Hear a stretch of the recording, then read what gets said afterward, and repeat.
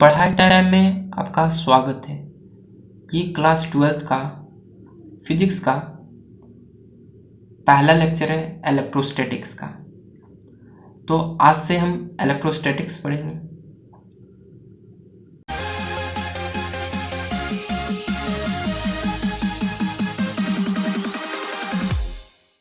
तो हेडिंग डालते हैं इलेक्ट्रोस्टैटिक्स।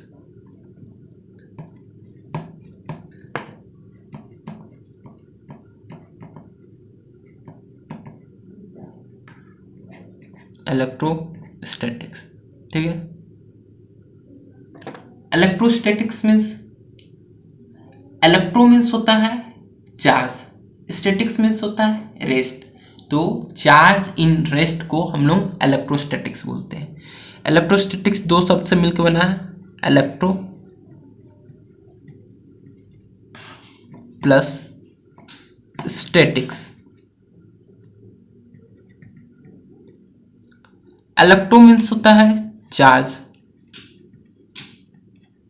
ठीक है, और स्टैटिक्स मीन्स होता है रेस्ट, ठीक है। चार्ज एट रेस्ट, कोई भी अगर चार्ज रेस्ट में है तो उसको बोलते हैं इलेक्ट्रोस्टैटिक्स, ठीक है। तो इसको हम डेफिनेशन के रूप में क्या बोल लिख सकते हैं, electrostatics is a branch of physics in which we study about stationary electric charge, ठीक है। तो इलेक्ट्रोस्टैटिक्स का हम लोग डेफिनेशन क्या लिख सकते हैं, electrostatics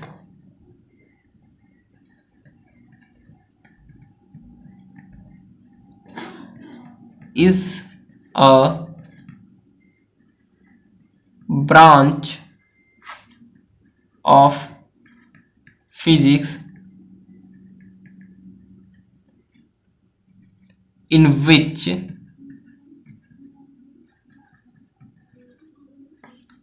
we study about stationary electric charge. Electrostatics खुद अपने को डिफाइन करता है कि इलेक्ट्रो मीन्स चार्ज, ठीक है, statics means rest, charge at rest means इसको हम लोग किस तरह लिख सकते हैं, electrostatics is a branch of physics in which we study about stationary charge, ठीक है, स्टेशनरी इलेक्ट्रिक चार्ज। हम लोग वह फिजिक्स का ब्रांच जो कि स्टेशनरी इलेक्ट्रिक चार्ज के बारे में बताता है, रेस्ट चार्ज के बारे में बताता है, ठीक है। अब स्टैटिक्स चार्ज हम लोग देख कहां सकते हैं, जब हम लोग कंघी करते हैं तो जो कॉम्ब और बाल में कांटेक्ट होता है, और वो कांटेक्ट से जब हटता है तो हम लोग उसमें अट्रैक्टिव फोर्स देखते हैं। तो वही एक electric statics charge, electrostatics charge वहां डेवलप हो जाता है, वहां पर रेस्ट चार्ज डेवलप होता है। उस इफेक्ट को हम लोग ट्रिबो इलेक्ट्रिक इफेक्ट बोलते हैं। क्या बोलते हैं उस इफेक्ट को, ट्रिबो इलेक्ट्रिक इफेक्ट। तो ट्रिबो इलेक्ट्रिक इफेक्ट क्या होता है, ट्रिबो इलेक्ट्रिक इफेक्ट, ठीक है। यह एक तरह का कॉन्टैक्ट इलेक्ट्रिफिकेशन है, ठीक है। कॉन्टैक्ट में आने के कारण उसमें चार्ज डेवलप हो जाता है। तो इसको हम क्या कर सकते, लिख सकते हैं, it is a type of contact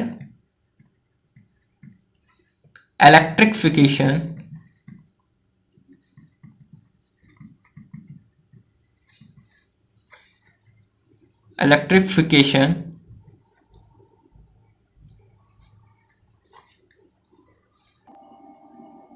on which certain material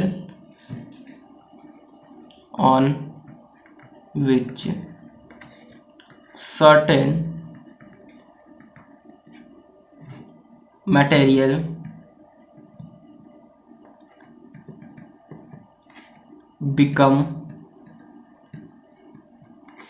electrically charged after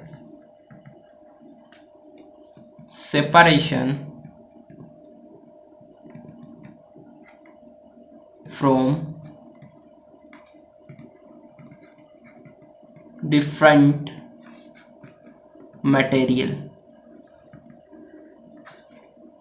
with which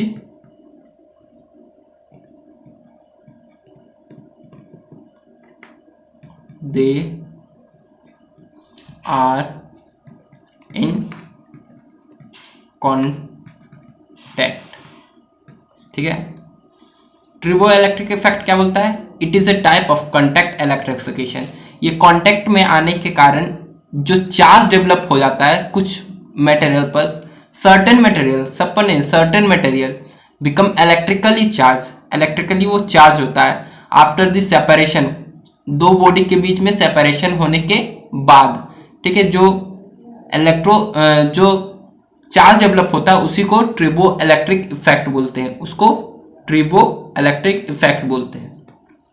ठीक है, अब चार्ज दो तरह के होते हैं, पॉजिटिव चार्ज और नेगेटिव चार्ज। ठीक है, charge is of two type. ठीक है, पहला पॉजिटिव चार्ज, दूसरा निगेटिव चार्ज।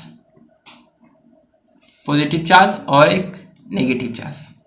अब पॉजिटिव चार्ज क्या होता है?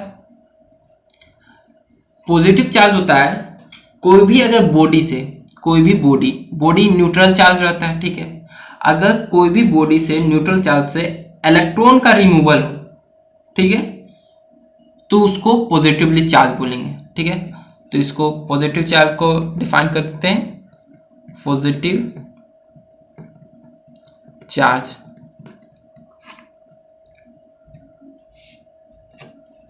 पॉजिटिव चार्ज मीन्स क्या हुआ? Removal of electron from body.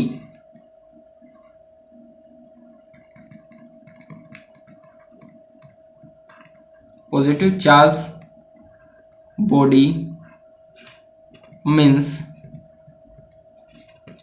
removal of electron from that body। ठीक है, अगर मान लो देखो एक कोई भी बॉडी है, कोई भी बॉडी है तो उसमें इक्वल नंबर ऑफ इलेक्ट्रॉन और इक्वल नंबर ऑफ प्रोटॉन रहता है। ठीक है, तो ये बॉडी न्यूट्रल है, ये बॉडी न्यूट्रल है। ठीक है, मान लो इसमें से हम लोग कुछ number n number of electron को रिमूव कर दिए। ठीक है, अगर इसमें से इलेक्ट्रॉन को रिमूव कर दिए तब इस पर ज़्यादातर पॉजिटिवली चार्ज हो जाएगा, यहाँ पर ज़्यादातर पॉजिटिवली चार्ज होगा और नेगेटिव चार्ज कम हो जाएगा। ठीक है, अगर हम लोग इसमें से नेगेटिव चार्ज को रिमूव किए, इलेक्ट्रॉन को रिमूव कर दिए, तो इसमें ज़्यादा चार्ज पॉजिटिव चार्ज हो जाएगा, तो ये पॉजिटिव चार्ज बन गया। ठीक है, ये पॉजिटिवली चार्ज बॉडी बन जाएगा। अगर जब पॉजिटिवली चार्ज बॉडी रहता है तो ये पॉजिटिव पॉजिटिव पॉजिटिव पॉजिटिव और पॉजिटिव पॉजिटिव ये लाइक चार्ज होने के कारण इसमें रिपल्सन क्रिएट हो जाता है। ठीक है, लाइक चार्ज होने के कारण इसमें रिपल्सन क्रिएट हो जाता है। तो अगर बॉडी पॉजिटिवली चार्ज होता है तो साइज ऑफ बॉडी इंक्रीज कर जाता है ड्यू टू रिपल्सन। ठीक है, इसको भी नोट में लिख लेते हैं। If body is positively charged then size of the body increases. ठीक है, किसके कारण इंक्रीज होता है? Increases due two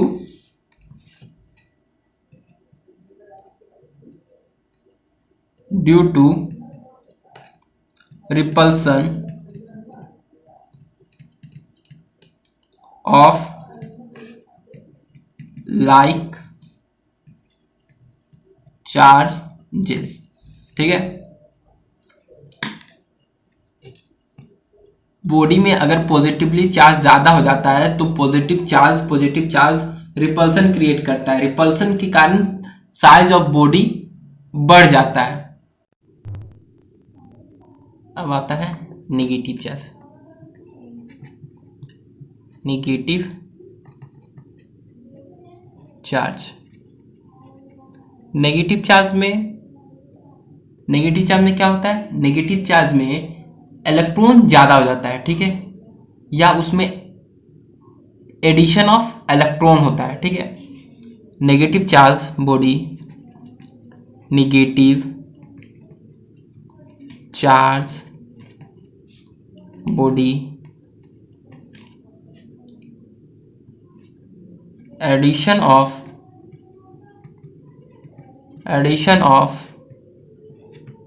electron on that body। तो कोई भी एक बॉडी है, न्यूट्रल बॉडी, ठीक है, उसमें हम चाहे इलेक्ट्रॉन, जिसमें प्रोटॉन, नंबर ऑफ प्रोटॉन और नंबर ऑफ इलेक्ट्रॉन दोनों सेम रहेगा, तो ये न्यूट्रल बॉडी है। ठीक है, या तो हम लोग इलेक्ट्रॉन का एडिशन करें, ठीक है, या तो हम प्रोटॉन का पॉजिटिवली चार्ज को रिमूव करें। ठीक है, इससे नंबर ऑफ, अगर पॉजिटिव चार्ज को अगर हम लोग रिमूव करेंगे तो नंबर ऑफ इलेक्ट्रॉन का संख्या इसके अनुपात में बढ़ जाएगा, और अगर हम लोग नेगेटिव चार्ज को ऐड करेंगे तो इसमें भी नेगेटिव चार्ज इंक्रीज हो जाएगा। जब नेगेटिव चार्ज इंक्रीज होता है तो बॉडी का साइज बड़ा हो जाता है due to repulsion of similar charges. ठीक है, सिमिलर चार्जेस के, लाइक चार्जेस के कारण रिपल्सन होने लगता है। ठीक है, तो if body is negatively charged, then size of the body is increased due to repulsion of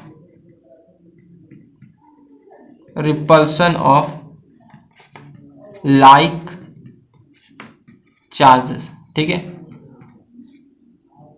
अगर नेगेटिवली चार्ज बॉडी भी हो जाएगा तब भी उसमें उस बॉडी का साइज बढ़ जाएगा, अगर पॉजिटिवली चार्ज हो जाएगा तब भी उसमें उसका साइज बॉडी का बढ़ जाएगा। अब नेगेटिवली चार्ज बॉडी में क्या हो जाता है? नंबर ऑफ इलेक्ट्रॉन ज्यादा रहता है। ठीक है, तो इसको हम लोग लिख लेते हैं, नेगेटिवली चार्ज बॉडी,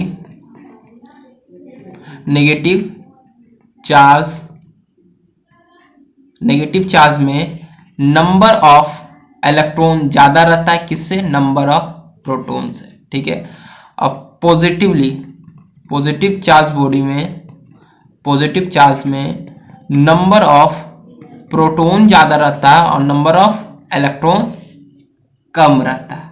ठीक है, अब चार्ज का कुछ प्रॉपर्टी होता है, तो हम लोग हेडिंग डालते हैं, प्रॉपर्टीज ऑफ चार्जेस,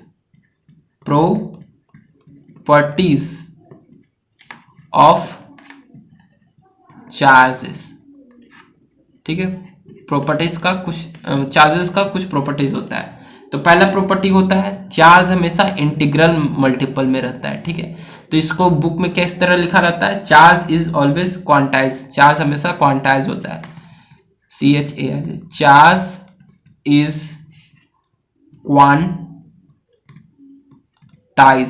ठीक है। तो इसका मतलब क्या होता है, चार्ज इज क्वांटाइज मतलब चार्ज इज, दैट इज, इसका मतलब होता है charge is always integral multiple of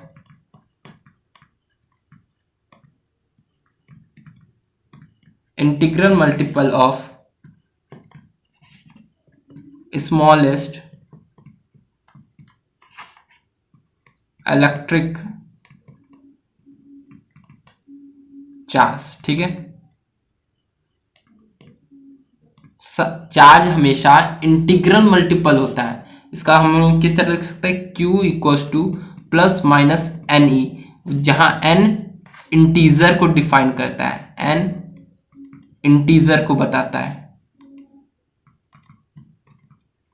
ठीक है, n इंटीजर को बताता है। चार्ज हमेशा इंटीग्रल मल्टीपल रहता है, इसको हम लोग चार्ज इज क्वांटाइज बोलते हैं। दूसरा चार्ज हमेशा कंजर्व रहता है, ठीक है, charge is always conserve, charge is always conserve, ठीक है। इसको हम लोग क्या लिख सकते हैं, charge is always conserve means charge जो होता है ना ही बनाया जा सकता है ना ही उसको डिस्ट्रॉय किया जा सकता है, इसको एक फॉर्म में से दूसरे फॉर्म में ट्रांसफर किया जा सकता है। Charge can't be created nor be destroy,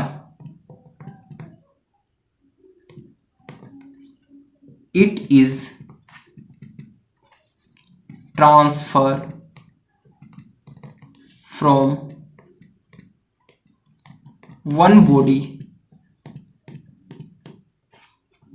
to another body, ठीक है।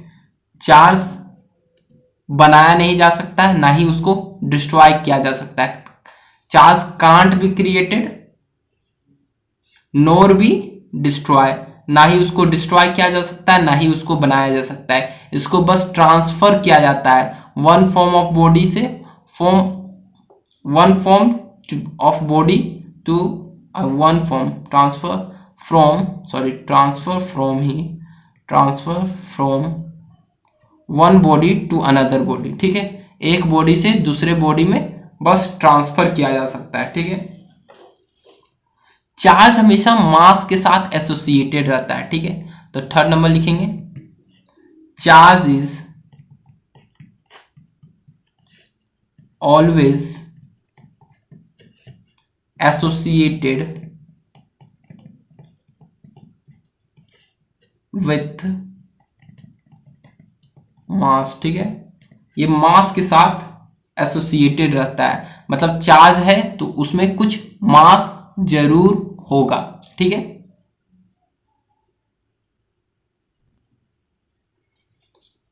चौथा, charge is a relativistic invariant, ये बच्चों को समझने में थोड़ा सा दिक्कत होता है, इसका मतलब होता है चार्ज जो है ना मोशन पर डिपेंड नहीं करता है, फाइनली चार्ज जो रहता है मोशन पर डिपेंड नहीं करता है, तो हम लोग इसको लिख सकते हैं, that is charge is independent from motion of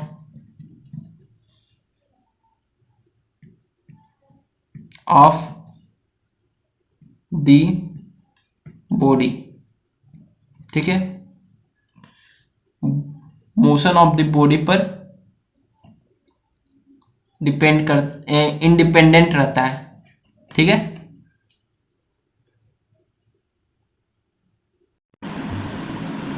charge एक स्केलर क्वांटिटी है, तो इसको भी लिख लेते हैं। Charge is a scalar quantity, ठीक है। Charge is a scalar quantity, ठीक है। चार्ज एक स्केलर क्वांटिटी है। चार्ज का और एक होता है जो पॉजिटिव चार्ज जो होता है, लाइक चार्ज रहता है, वो हमेशा रिपेल करता है। Like charges repel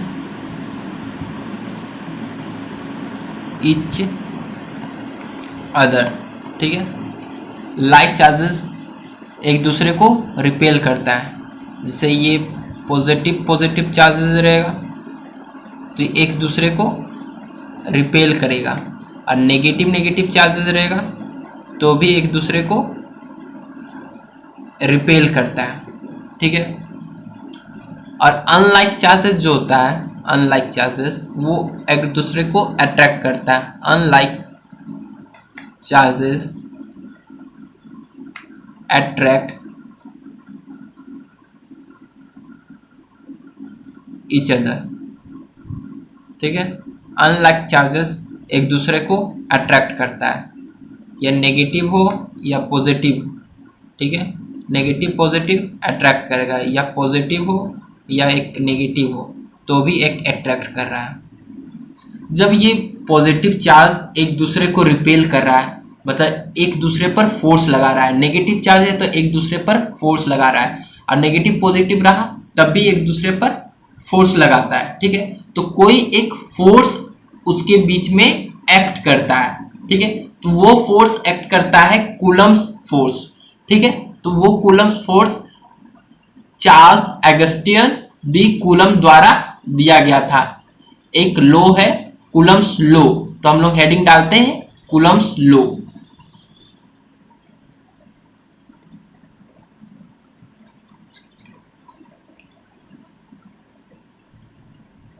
Coulomb's law, ठीक है। ये कूलम्स लॉ किसके द्वारा दिया गया था? चार्ल्स अगस्टिन दी कूलम द्वारा दिया गया था, ठीक है। तो कूलम्स लॉ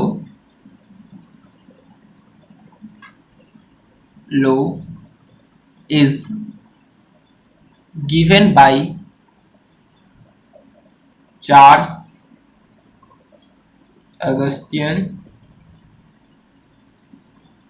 डी कूलम, ठीक है।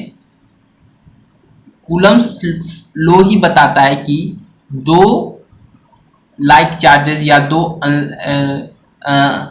अनलाइक चार्जेस के बीच में जो फोर्स एक्ट हो रहा है वो कितना एक्ट हो रहा है, ठीक है। तो चार्ल्स कूलम्स लॉ का स्टेटमेंट क्या है? कूलम्स लॉ बोलता है the force of attraction, the force of attraction or repulsion between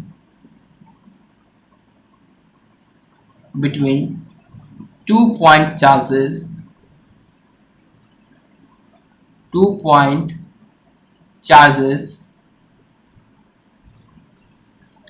is directly proportional to product of charges, ठीक है, and inversely proportional to square of distance between them। Coulomb's law क्या बोलता है?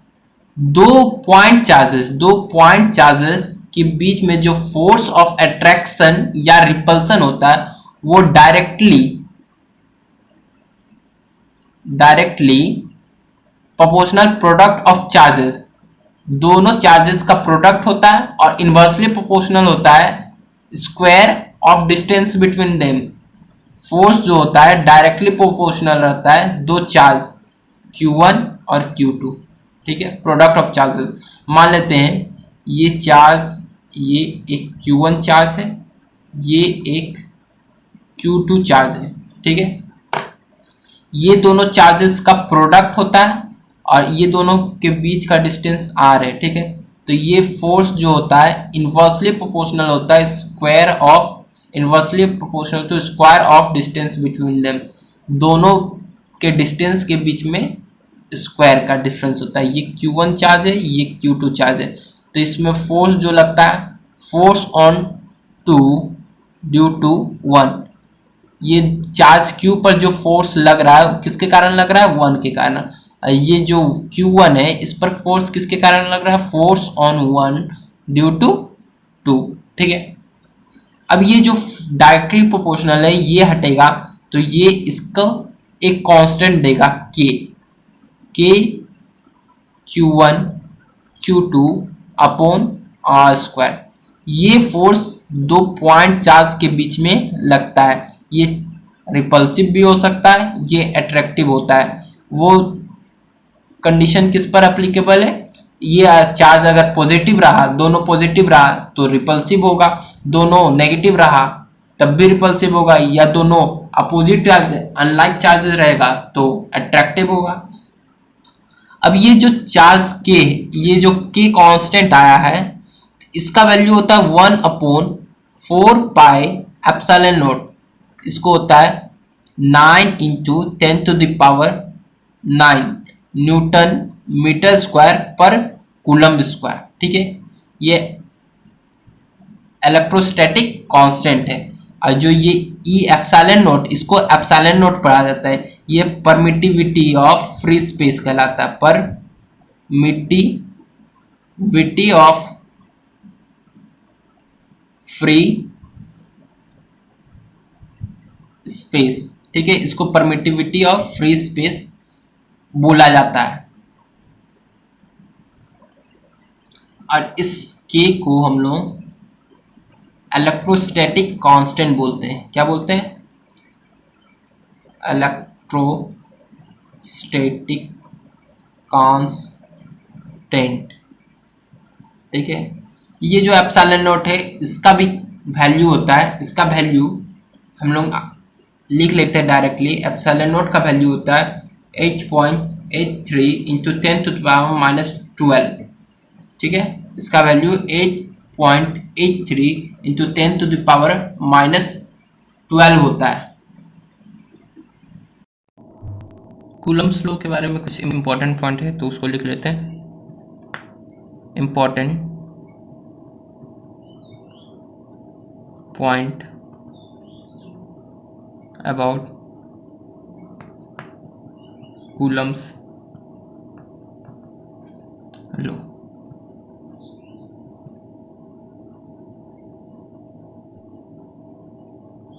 Coulomb's law के बारे में कुछ important point है। तो पहला पॉइंट क्या बोलता है, पहला पॉइंट कूलम्ब्स लॉ जो होता है वो न्यूटन्स थर्ड लॉ को फॉलो करता है। So it always Newton third law of motion, ठीक है। दूसरा point, it is only applicable for point charges, ये पॉइंट चार्जेस के लिए बस अप्लीकेबल है, ठीक है। ये जो फोर्स रहता है कूलम्ब्स फोर्स वो कंजर्वेटिव इन नेचर रहता है, ठीक है। This force is always conservative in nature, ठीक है। ये एक तरह का सेंट्रल फोर्स है, this force is a central force. ठीक है, यह एक तरह का सेंट्रल फोर्स है। कूलम्स लॉ हमेशा लाइन ज्वाइनिंग दो पॉइंट चार्जेस के बीच में लगता है। ठीक है, कूलम्स लॉ, कूलम्स का फोर्स जो है, force is always along line joining both point charges. ठीक है, कूलम्स लॉ हमेशा दो पॉइंट के बीच में जो लाइन ज्वाइनिंग रहता है उसके बीच में लगता है, सॉरी उसके अलोंग लगता है। कूलम्स लॉ का फोर्स का फॉर्मूला क्या था? F इक्वल्स टू के Q1 Q2 upon R square. ठीक है, जहाँ के क्या था? Proportionality constant. के इज प्रोपोर्शनैलिटी कांस्टेंट, के प्रोपोर्शनैलिटी कांस्टेंट था। अब प्रोपोर्शनैलिटी कांस्टेंट के का वैल्यू क्या था? 1 अपॉन, प्रोपोर्शनैलिटी कांस्टेंट का वैल्यू था 1/4 पाई एप्सिलॉन नॉट। ठीक है, इसका वैल्यू था 9 इंटू 10⁹ न्यूटन मीटर स्क्वायर पर कूलम्ब स्क्वायर। ठीक है, और ये जो एप्सिलॉन नॉट है, epsilon not permittivity of free space था, परमिटिविटी ऑफ फ्री स्पेस। ठीक है, ये परमिटिविटी ऑफ फ्री स्पेस था। इसका वैल्यू क्या था? 8.85 इंटू 10⁻⁻12 कूलम्ब स्क्वायर पर न्यूटन मीटर स्क्वायर। ठीक है, एप्सिलॉन नॉट का एक डायमेंशन होता है, तो dimension of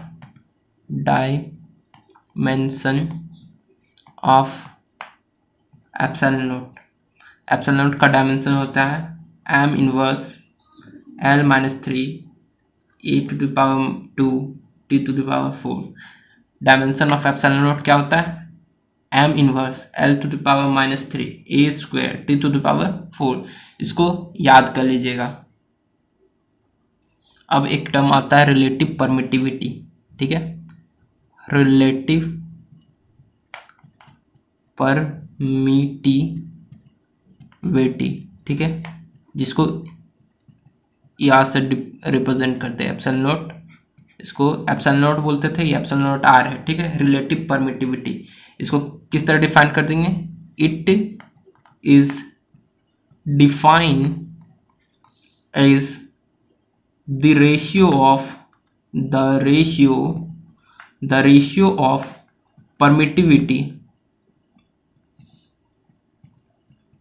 permittivity of medium to permittivity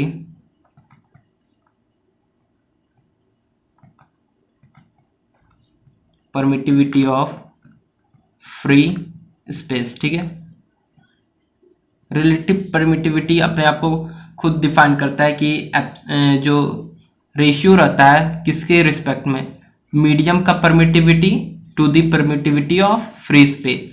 तो ER equals to epsilon naught of medium upon epsilon naught of free space. ठीक है, तो जो EM है मीडियम का परमिटिविटी, वो epsilon not times epsilon not R होता है। ठीक है, इसको रिलेटिव परमिटिविटी बोलता है। ठीक है, अब किसी का रिलेटिव परमिटिविटी हम लोग को याद कर लेना चाहिए। जैसे free space means vacuum, free space का रिलेटिव परमिटिविटी होता है, फ्री स्पेस का relative permittivity ER, free space का क्या होता है? 1। ठीक है, फ्री स्पेस के बाद एक एयर का हम लोग एयर मीडियम का याद कर लेते हैं। एयर मीडियम रहा तो एयर मीडियम, ऐसे तो हम लोग को ये दिया हुआ रहता है। रिलेटिव परमिटिविटी क्या होता है 1.0524, ठीक है। वाटर का परमिटिविटी हम लोग लिख लेते हैं, वाटर का परमिटिविटी होता है या परमिटिविटी 80, ठीक है। और जो कंडक्टर रहता है, कंडक्टर जिससे कोई चार्ज फ्लो नहीं करता है, कंडक्टर, उसका रिलेटिव परमिटिविटी इन्फिनिटिव होता है, क्योंकि उससे कुछ चार्ज फ्लो ही नहीं करता है, ठीक है। अब जो कोई भी मीडियम आ जाता है तो उसका फोर्स का जो इंट्रैक्शन रहता है वो डिक्रीज हो जाता है एप्सिलॉन नॉट आर टाइम्स, ठीक है। तो अगर कोई भी मीडियम आ जाए और उसका डाइलेक्ट्रिक कांस्टेंट अगर के हो या एप्सिलॉन नॉट आर हो, ठीक है, तो उसमें फोर्स ऑफ द मीडियम क्या हो जाता है 1/4 pi epsilon naught of the medium Q1 Q2 upon R square, ठीक है।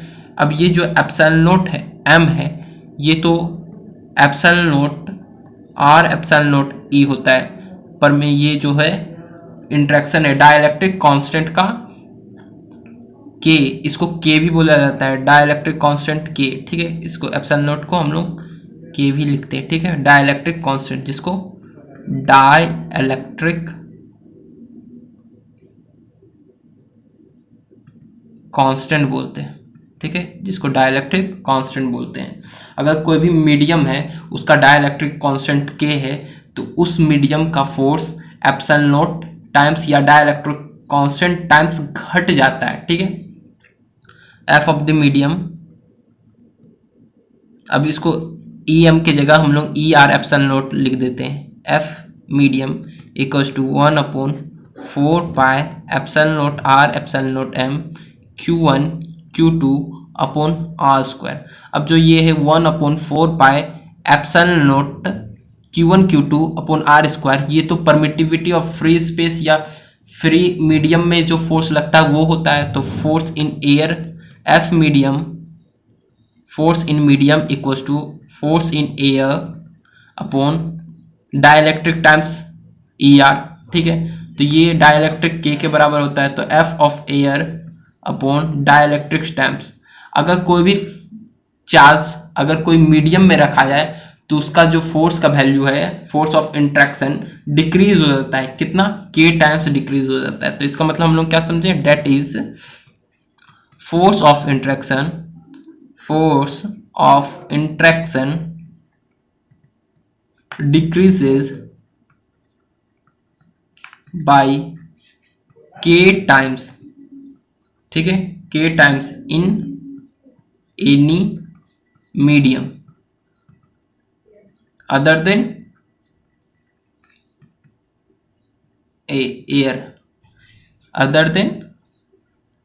air, ठीक है। एयर के अलावा जो मीडियम का परमिटिव डाइलेक्ट्रिक कांस्टेंट जितना रहता है उतना टाइम्स घट जाता है, उतना से डिवाइड कर दो डाइलेक्ट्रिक कांस्टेंट से, तो वो फोर्स मीडियम का हो जाएगा, ठीक है। अब हम लोग कूलम्ब्स लॉ को वेक्टर फॉर्म में लिखते हैं। वेक्टर फॉर्म में कूलम्ब्स लॉ कैसा होता है, Coulomb's law in vector form, ठीक है। कूलम्ब्स लॉ को हम लोग अब वेक्टर फॉर्म में देखते हैं। वेक्टर फॉर्म में कूलम्ब्स लॉ किस तरह होता है,